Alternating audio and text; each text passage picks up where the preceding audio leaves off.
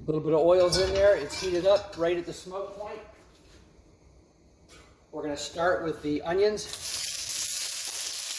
Get them in there. Brown them up.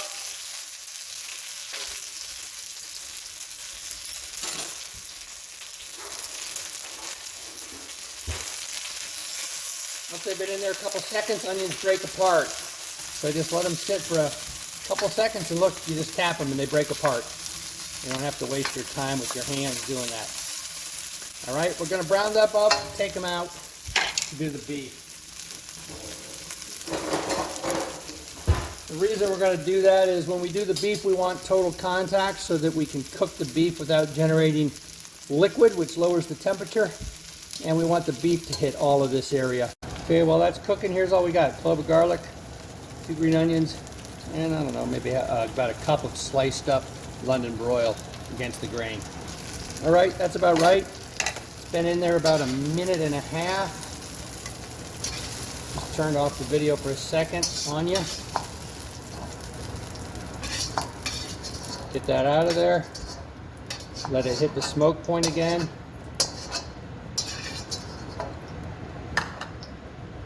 There it is.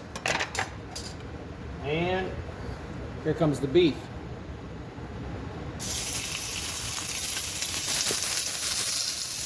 Now, a lot of times when you're making Chinese food, you pre-marinate the meat and you add a little bit of cornstarch. And that cornstarch, when you dump it in here, keeps all the liquid that comes off the meat from dropping the temperature. It grabs the liquid, solidifies it a little bit, coagulates it around the meat, and that is what allows you to stir fry at these high temperatures. But since I'm only doing such a small amount, I know that the heat input of this wok can overcome it, boil it off in this steam, and keep the meat nice and hot.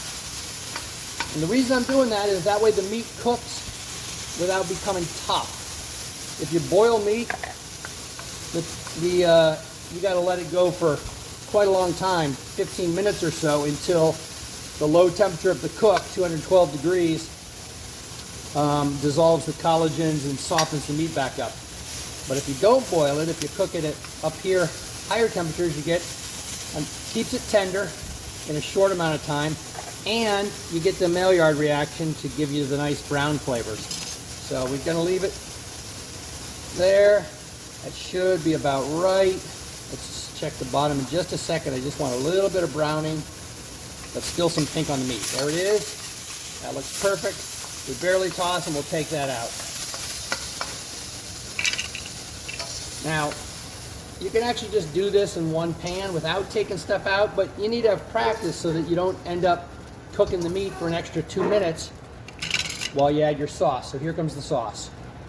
All right, for the sauce, we're going to start with about a 1/4 cup of water.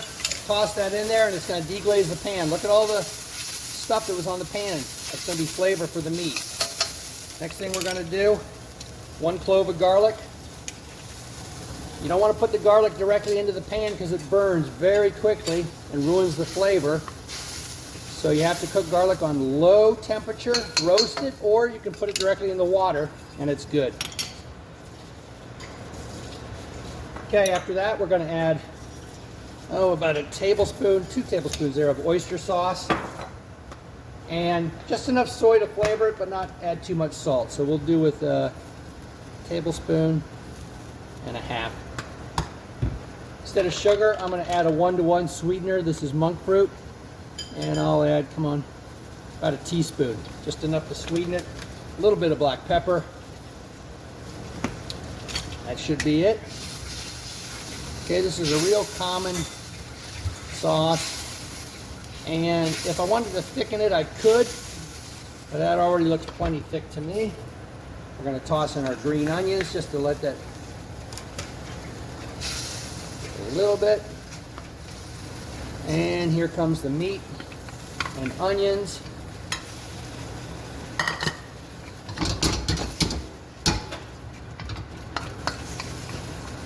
Coat it. That is it. Heat off. Chinese beef with onions.